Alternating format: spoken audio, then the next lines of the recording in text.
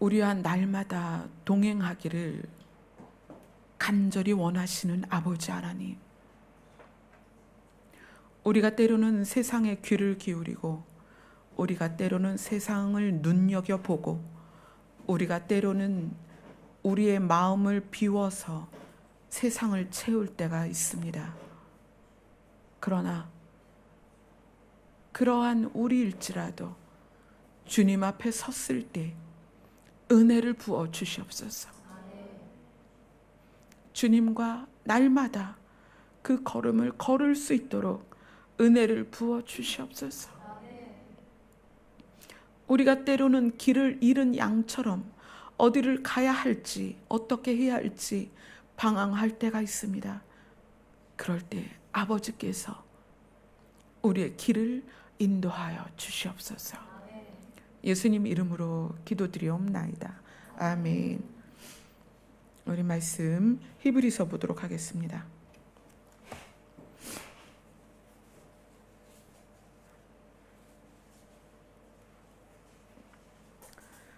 히브리서 11장 11절부터 12절, 우리가 믿음의 사람들에 대해서 쭉 보고 있죠. 같이 읽겠습니다. 시작.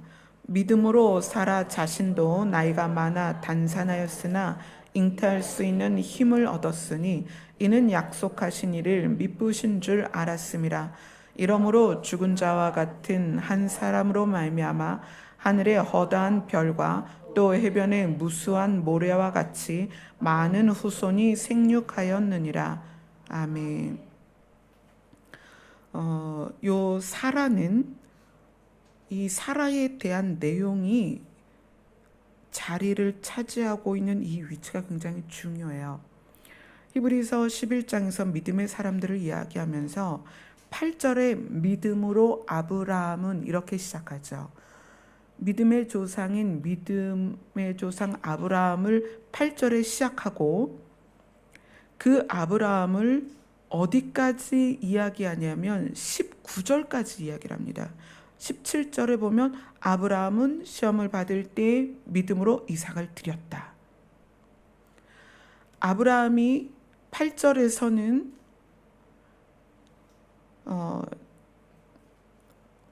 나아갈새 갈 바를 알지 못하고 나아갔다라는 내용으로 시작하는데, 17절은 자기 아들 이삭을 바치는 장면이 나와요.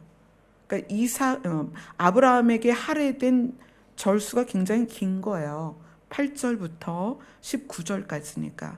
다른 사람들은 2절, 3절 그 정도로 다루고 말았는데 아브라함은 그렇지 않습니다. 아브라함은 8절부터 19절까지 조명을 하고 있어요. 그런데 그 사이에 누가 나오냐면 사라를 조명하고 있다는 거예요. 무슨 얘기냐면 아브라함이 갈 바를 알지 못하고 본토 친척 아비 집을 떠나서 믿음의 조상으로서 하나님이 약속한 그 약속을 이루는 과정의 핵심의 자리에 아내가 있었다는 얘기예요. 자기 아내. 그래서 다른 데서는 이렇게 부부를 다루지 않았습니다. 그런데 아브라함을 다룰 때에는 사라를 다루는 거예요.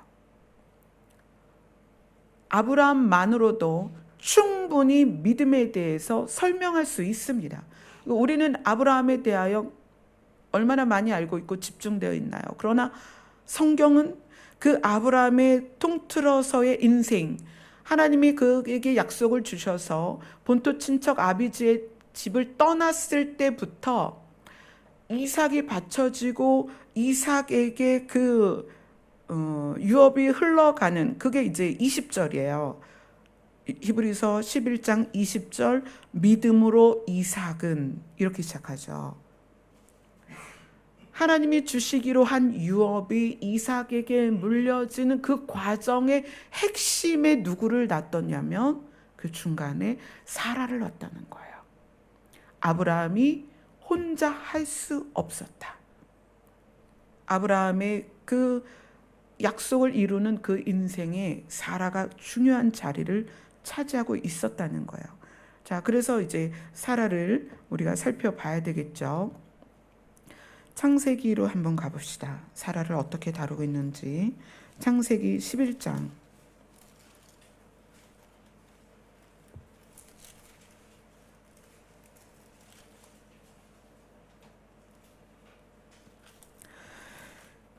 창세기 11장을 보면 거기에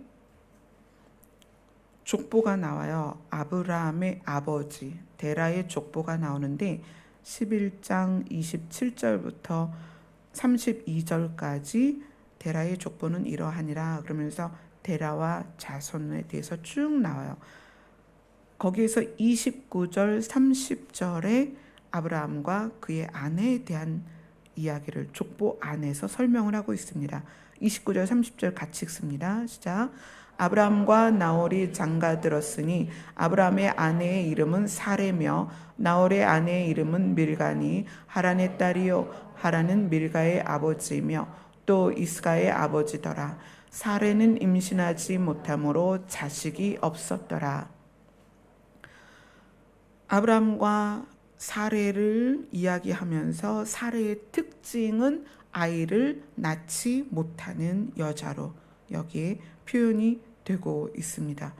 자, 그러면 이제 아브라함과 사라에 대한 삶을 봐야 되겠죠. 자, 창세기 15장으로 가면 하나님께서 아브라함을 만나시면서 그에게 약속을 주시는 장면이 나옵니다. 15장 4절 5절 같이 읽습니다. 시작. 여호와의 말씀이 그에게 임하여 이르시되 그 사람이 내 상속자가 아니라 내 몸에서 날 자가 내 상속자가 되리라 하시고 그를 이끌고 밖으로 나가 이르시되 하늘을 우러러 뭇 별을 셀 수 있나 보라. 또 그에게 이르시되 내 자손이 이와 같으리라. 이렇게 하나님께서 아브라함을 만나주시고 아브라함에게 약속을 주십니다.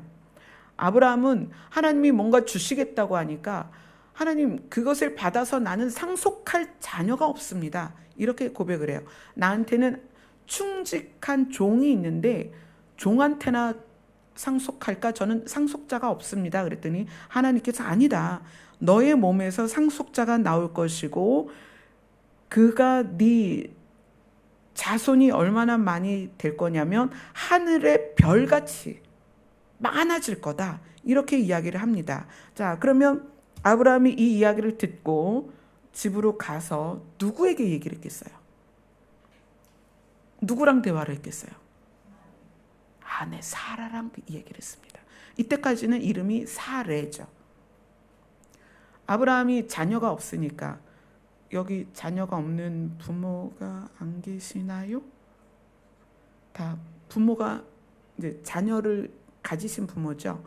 부부인데 자녀가 없어. 그러면 부부 사이에 더 많은 대화가 있을 거 아니에요. 자녀가 없으니까. 그죠? 그러니까 아브라함이 하나님을 만나고 나서 막 달려가서 부인을 막 흔들면서 만약에 빨래를 하고 있었다면 막 끌고 손 좀 씻고 일로 와봐. 뭘 얘기했겠어요? 하나님의 약속을. 야, 내가 오늘 여호와 하나님을 만났어. 어떤 분이냐면 본토 친척 아비 집을 떠나라 명령하신 그 하나님이잖아요. 아브라함이 얼마나 신나게 얘기를 했겠어요. 나한테 아들을 주신대. 자녀를 주신대. 그 자녀가 얼마나 많으냐면 하늘의 별같이 그 수를 헤아릴 수 없다는 거야. 아내와 그것을 얼마나 기쁘게 공유를 했겠어요. 물론 그게 그 자리에서 확 믿어지진 않았을 수도 있겠어요. 자, 그리고 나서입니다. 그리고 나서 창세기 16장으로 갑니다. 창세기 16장 1절을 같이 읽읍시다. 1절 시작. 아브라함의 아내 사레는 출산하지 못하였고 그에게 한 여종이 있으니 애굽 사람이요 이름은 하갈이라. 사레가 이제 무슨 일을 꾸미기 시작했냐면, 하나님이 내 남편에게 자녀를 준다고 그랬는데 기다려도 기다려도 자녀가 생기지 않는 거예요. 가나안 땅에 갔을 때 10년 동안 사라가 임신을 하지 못했어요. 하나님이 자녀를 주신다고 그랬는데 마음이 급해진 거예요. 그래서 어떻게 했겠어요? 야, 그러면 나를 통해서가 아니라 다른 여인을 통해서 아들을 주시려나 보다. 그리고 어떻게 한 거예요? 자기의 종 하갈을 남편에게 주죠. 그리고 거기에서 아들을 낳습니다. 자, 17장으로 갑니다. 창세기 17장 5절입니다. 같이 읽습니다. 시작. 이제 후로는 내 이름을 아브람이라 하지 아니하고 아브라함이라 하리니 이는 내가 너를 여러 민족의 아버지가 되게 함이라. 하나님께서 언제 이 말씀을 주셨냐면 17장 1절에 보면 아브라함이 99세 때 하나님께서 나타나신 거예요. 그리고 너를 여러 민족의 아버지가 되게 하겠다. 그리고 그것만 얘기하신 게 아니라 17장 15절로 갑니다. 15절 16절 같이 읽습니다. 시작. 하나님이 또 아브라함에게 이르시되 내 아내 사레는 이름을 사레라 하지 말고 사라라 하라. 내가 그에게 복을 줘 그가 내게 아들을 낳아주게 하며 내가 그에게 복을 줘 그를 여러 민족의 어머니가 되게 하리니 민족의 여러 왕이 그에게서 나리라. 아브라함과 사레가 가나안에 간 지 10년 동안 잉태를 하지 못합니다. 그러니까 사레는 자기 여종 하갈을 남편에게 주어서라도 자녀를 낳는 노력을 합니다. 그리고 13년이 흘러요. 이스마엘이 태어나고 13년이 흘렀을 때 하나님이 아브라함에게 나타나십니다. 너의 이름을 바꿔주겠다. 아브라함이 아니고 아브라함이다. 아브라함은 여러 민족의 아버지란 뜻이에요. 그리고 네 아내도 이제 이름을 사레가 아니라 사라라고 바꿔줄 거다. 그는 여러 민족의 어머니다. 이렇게 바꿔주십니다. 그리고 나서 17장 17절을 한번 보세요. 17장 17절 같이 읽습니다. 시작. 아브라함이 엎드려 웃으며 마음속으로 이르되 100세 된 사람이 어찌 자식을 낳을까? 사라는 90세니 어찌 출산하리요? 네. 아브라함도 이 이야기를 듣고 웃습니다. 이스마엘이 태어난 지 13년 후의 일이에요. 99세에 하나님이 나타나셔서 너 이제 아들이 태어날 거야. 그러니까 이제 잉태해서 출산하기까지 10개월이 걸리니까 태어났을 때 시점은 100살이 되는 거잖아요. 아니 100살에 무슨 아들을 낳아. 내 아내는 90세가 되는데 어떻게 출산을 해. 이렇게 웃습니다. 그리고 18장으로 가보세요. 18장 9절.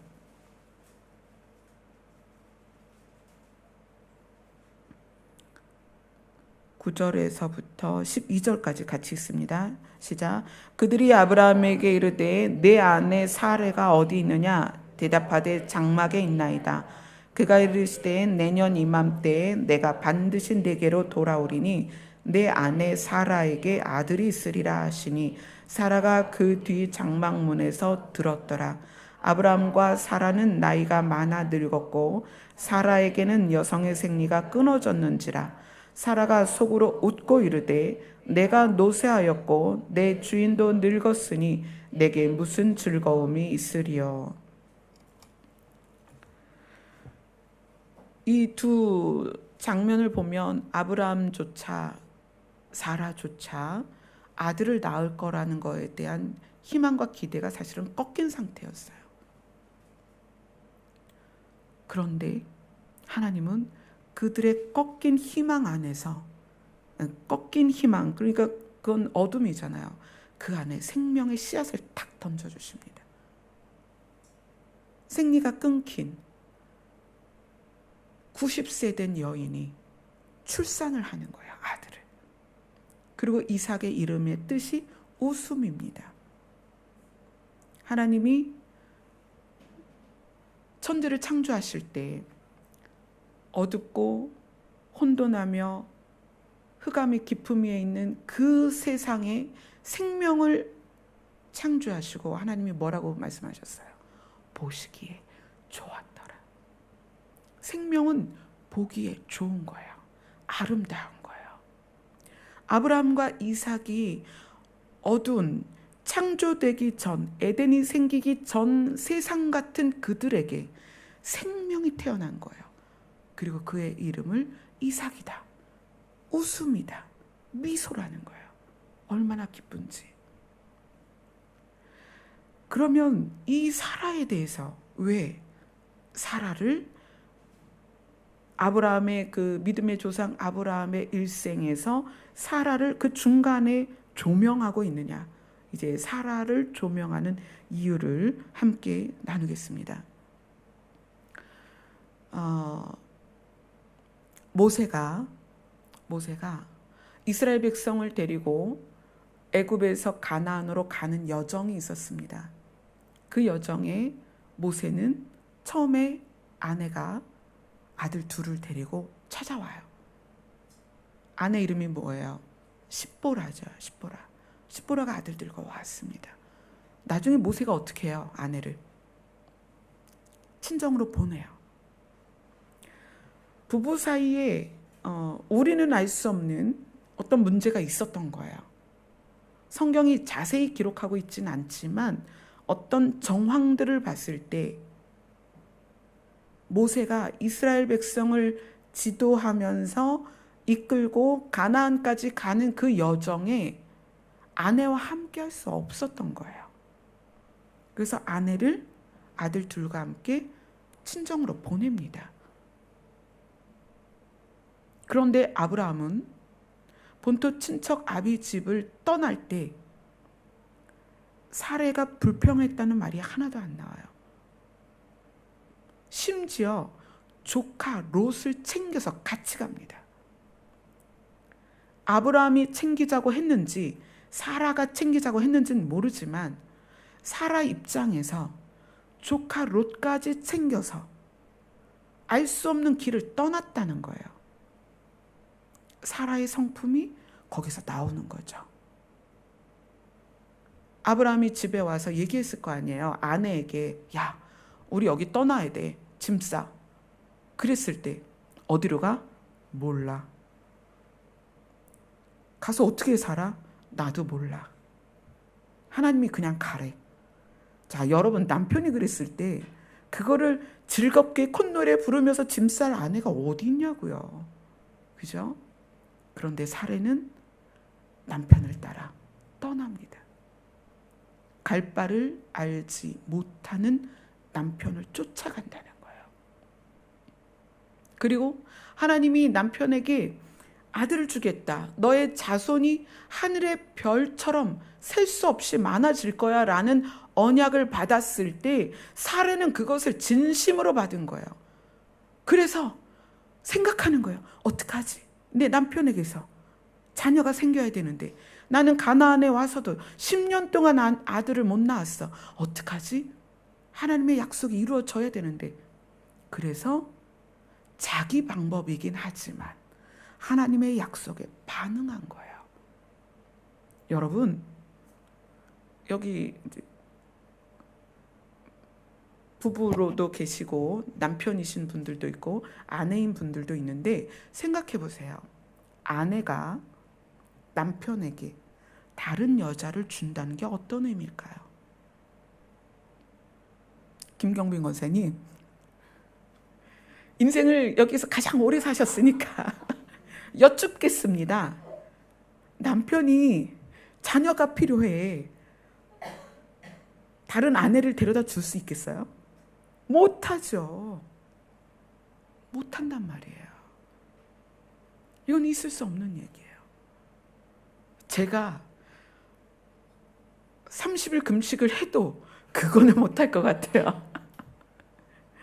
30일 금식하고 정말 은혜 충만해도 남편에게 다른 여인을 주면서 대를 이으시오, 이거는 못할 것 같아요. 근데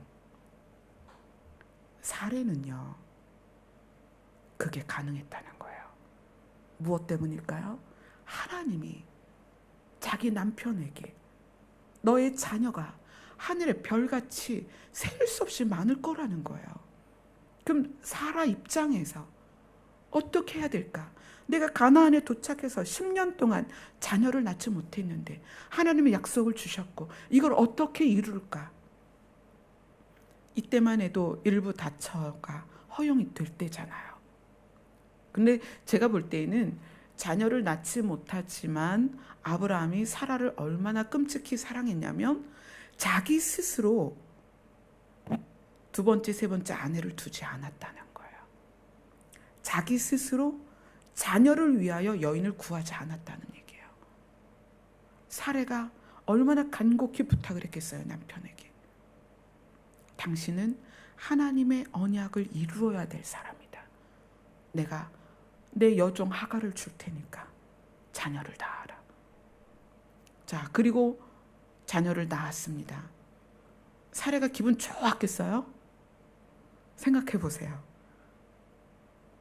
남편에게 또 다른 아내가 생기고 자기는 한 번도 품어보지 못한 아이가 생긴 거예요.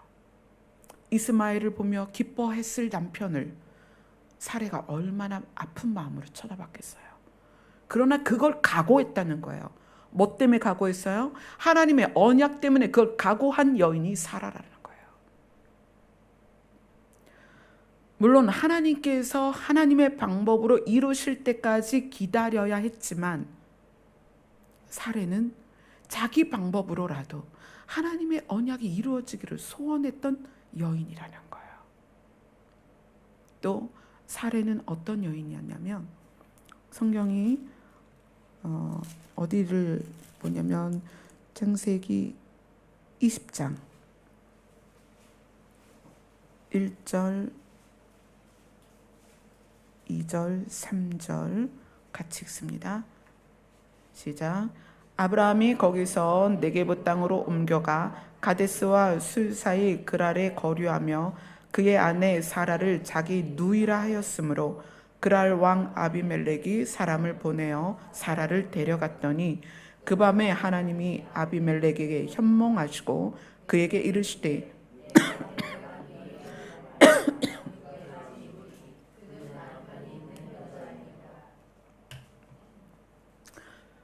이 장면이 무엇을 얘기하냐면 아브라함이 자기 생명을 잃을까 봐 자기 아내를 방패막이로 탁 세운 거예요.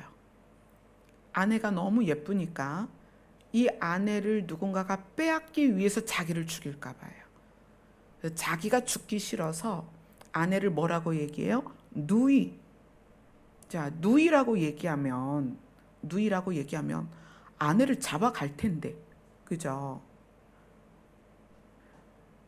아내가 너무 예쁘니까 이 그랄 땅에 들어왔을 때 아브라함이 생각한 것은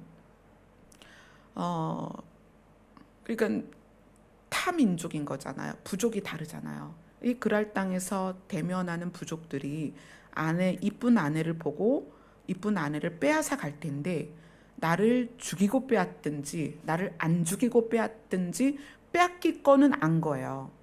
그러니까 안 죽고 빼앗기려는 거야. 그래서 뭐라고 얘기하냐면 누이다, 여동생이다. 그러니까 아비멜렉이 신하를 보내서 데려와라 그런 거예요. 왕이 데려와라. 자, 그러면 이 상황에서 저 같으면 남편의 멱살을 잡고 너가 살자고 나를 죽이냐? 그리고 그들에게 고발을 했을 거예요. 얘가 내 남편이다. 내가 잡혀가긴 하겠는데 그냥은 못 가겠어. 얘가 내 남편이야. 이 비겁한. 그랬을 거예요. 근데 사라가 거기에서 그냥 잡혀가는 거예요. 자기가 잡혀가는 이유를 알잖아요. 왜 자기를 잡아가겠어요? 그런데 남편을 살리고 가는 거예요. 반항하지 않고 남편을 살리고 그냥 잡혀가는 거예요. 그러니까 아브라함의 그 모습을 보고 보다 못한 하나님이 개입하시는 거죠. 이런 바보 같은, 자기 아내를 저렇게 내주다니. 그리고 어떻게 하시는 거예요? 그 밤에, 그날을 넘기면 안 되잖아요. 그날 밤이 지나면 안 되잖아요. 그 밤에, 잡혀간 그 밤에 하나님이 아비멜렉에게 현몽하시고 꿈에 나타나셨다는 거예요. 너 이 데려간 여인을 네가 마음대로 하면 너 죽어. 왜냐면 이 여인은 남편이 있는 여인이야. 그러니까 아비멜렉이 깜짝 놀라서 아브라함을 부르는 거죠. 너 나 죽을 뻔했어.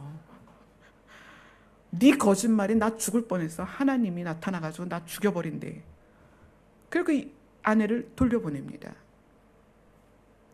이 과정에서 볼 수 있는 게 뭐냐면 사라가 그만큼 자기 남편을 사랑한 거예요. 내가 죽어도, 내가 다른 남자에게 잡혀가도 내 남편은 지켜주고 싶은 거예요. 그게 사라의 진심이었습니다. 그 사라의 진심이 어디에 나오냐면 베드로 전서로 갑니다.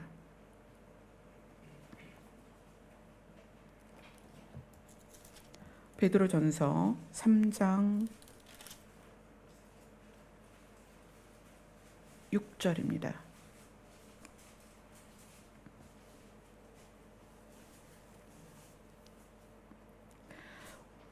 5절 6절 같이 읽습니다. 시작.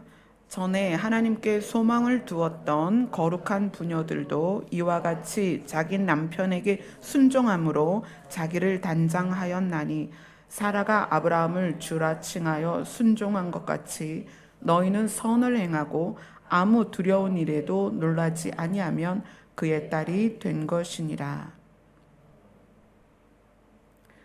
3장 1절이 이렇게 시작해요. 아내들아 이와 같이 자기 남편에게 순종하라. 그러면서 누구에 대하여 이야기하냐면 구체적인 실예로 사라를 드는 거예요. 사라는 어떠했냐면 자기 남편 아브라함을 주라 칭하고 어떻게 했다? 순종했다. 남편과 아내의 관계를 성경에서 이렇게 말합니다. 남편이 머리다.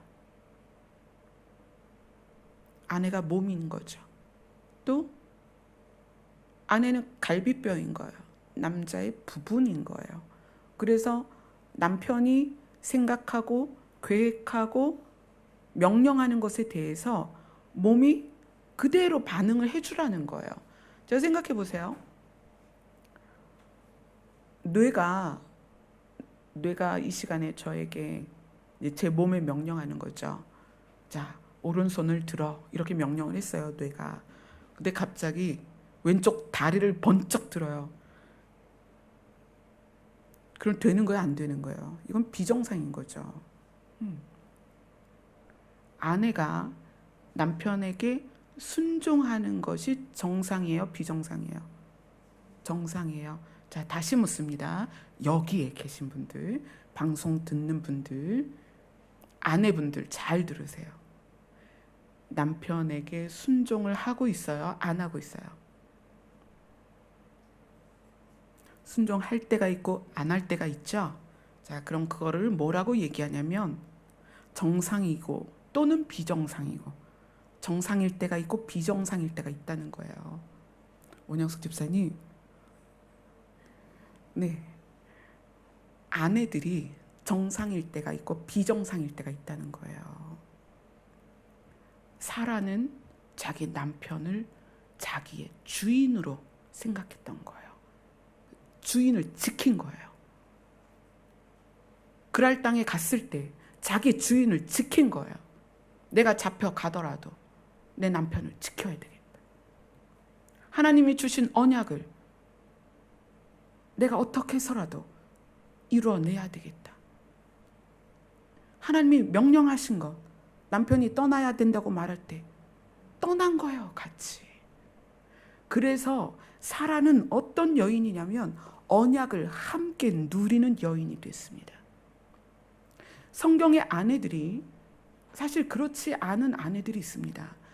모세의 아내가 가나안에 함께 들어가지 못했습니다. 그죠? 롯의 아내가 소돔과 고모라에서 나와서 뒤를 돌아다보고 소금 기둥이 됐습니다.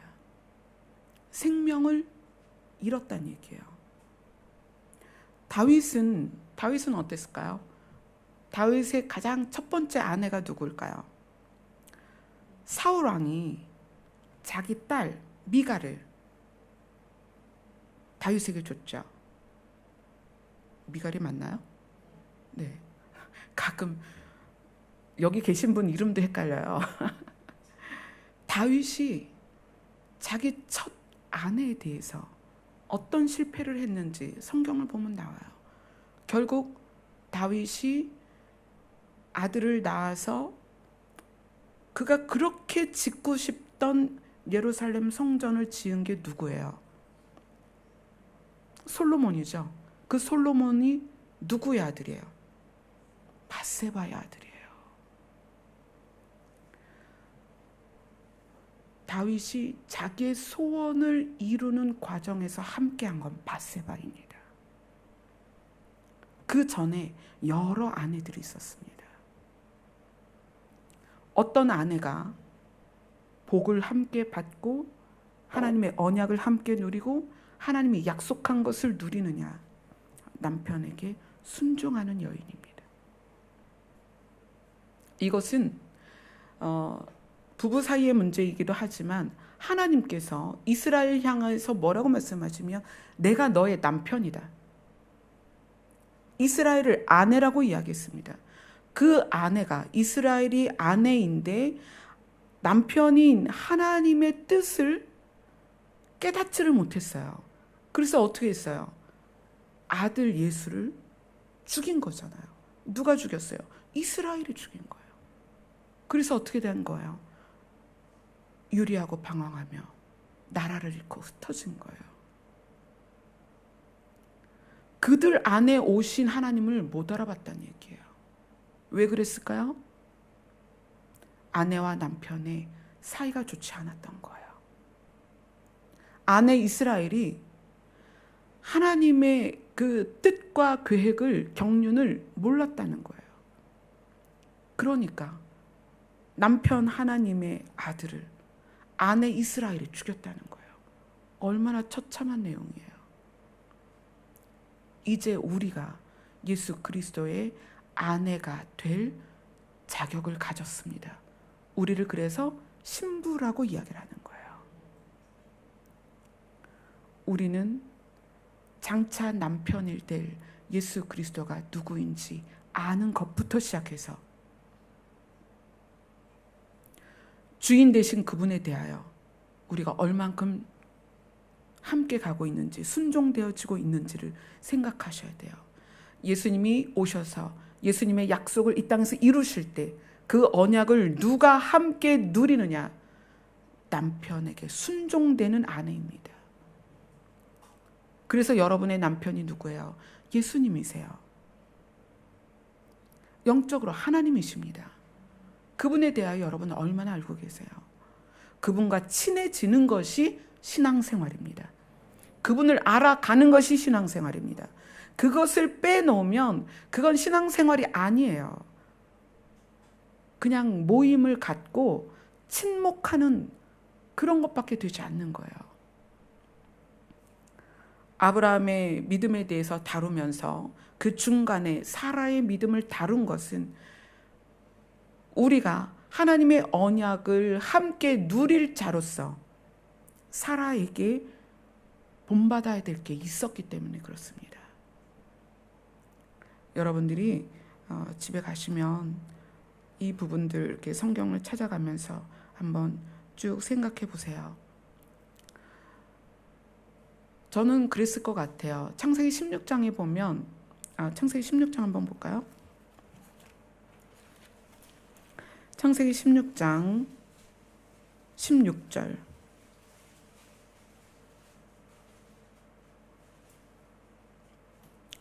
창세기 16장 16절 같이 읽습니다. 시작.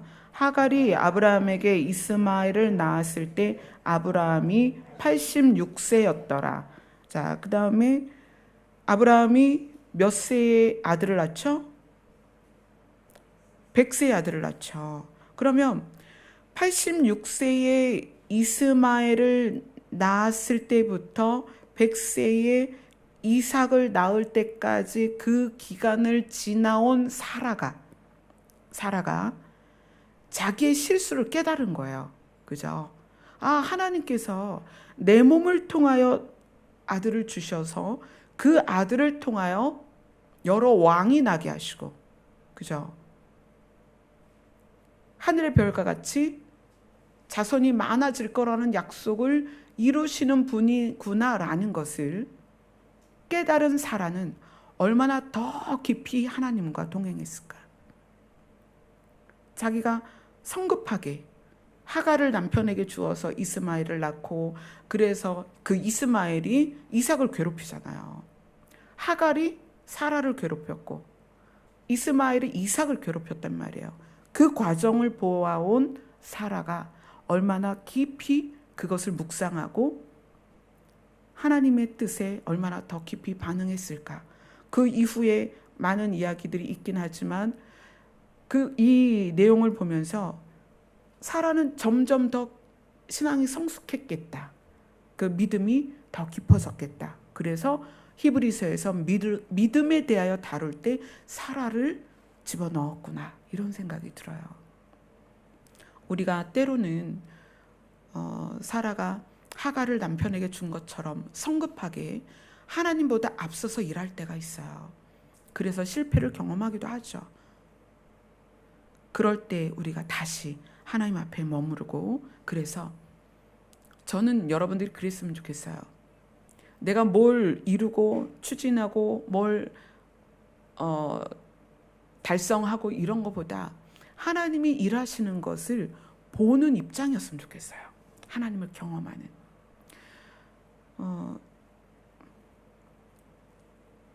간혹 이제 꼭 그 자리에서 치유가 일어나야 되는 상황들일 때 하나님께서 치유를 주세요. 그래서 그런 치유의 경험들을 제가 쭉 지금 해오고 있는데, 자, 이제 찬미의 예를 들어서 찬미가 아프고 아직 마비가 안 풀린 부분도 있고 그래요. 그러면 저는 막 애를 붙들고 하루에 몇 번씩 야, 기도하자, 앉아, 기도해, 그럴 수 있죠. 왜냐하면 제가 손을 얹고 기도했을 때 그 자리에서 병이 치료되는 그 경험들을 하고 있으니까. 엄마잖아요. 엄마 입장에서 찬미를 붙들고 뭐 하루에 100번이라도 안수할 수 있죠. 그런데 하나님이 주신 약속이 뭐냐면 내가 고칠 거다. 찬미를 내가 고칠 거다. 그럼 그 과정에서 찬미와 하나님 사이에 제가 안 끼려고 노력을 해요. 저는 찬미가 자기의 믿음으로 하나님과의 관계 안에서 하나님을 경험해 가길 원해요. 그래서 찬미가 정말 힘들 때 그럴 땐 기도를 해줘요. 그러나 그렇지 않을 때 일상의 삶에서는 찬미 스스로 하나님을 찾도록 제가 개입하지 않습니다. 엄마가 목사니까 집에서 막 붙들고 기도하고 막 예배드리고 그럴 것 같죠? 안 그래요. 안 그래요. 집에 가면은 둘이 과자도 먹고 빵도 먹고 놀아요. 그렇지만 어떤 것에 대해서 제가 주목하고 있냐면 찬미가 하나님을 찾아가는 것을 계속 눈여겨보는 거예요. 그래서 찬미가 어떤 말을 탁 꺼냈을 때 그 말에 대해서 제가 나누는 거죠. 엄마가 경험한 하나님, 성경에 쓰여 있는 하나님, 또 실제로 살아서 역사하시는 하나님, 또 찬미를 엄마보다 사랑하시는 하나님. 그래서 저는 찬미가 스스로 자기 발로 자기 걸음으로 하나님과 동행하기를 옆에서 바라보는 거예요. 하나님과의 관계는 자기 몫입니다. 그건 누구도 대신할 수 없습니다. 여러분 하루도 안 빠지고 저한테 안수받으면 뭐 좋은 일이 날 것 같아요? 안 그래요. 모든 기적도 모든 이적도 여러분과 하나님 사이의 일입니다. 하나님이 하시는 거예요. 날마다 아까 찬양한 것처럼 날마다 하나님과 동행하는 것, 그것이 신앙생활입니다. 저는 사라가 이삭을 낳고 나서 얼마나 더 깊이 하나님을 묵상했을까. 생리가 끊긴 90세 여인이 그 품에 아들을 안았을 때 그 놀라운 생명에 대하여 얼마나 더 깊이 하나님을 알아갔을까. 그리고 더 남편 뜻에 순종하며 살지 않았을까, 이런 생각이 들어요. 오늘도 이제 벌써 10시니까 2시간밖에 안 남았어요. 내일로 넘어갈 때, 내일 새 아침이 밝을 때, 내일의 하루도 하나님과 동행하세요. 아멘. 기도하겠습니다.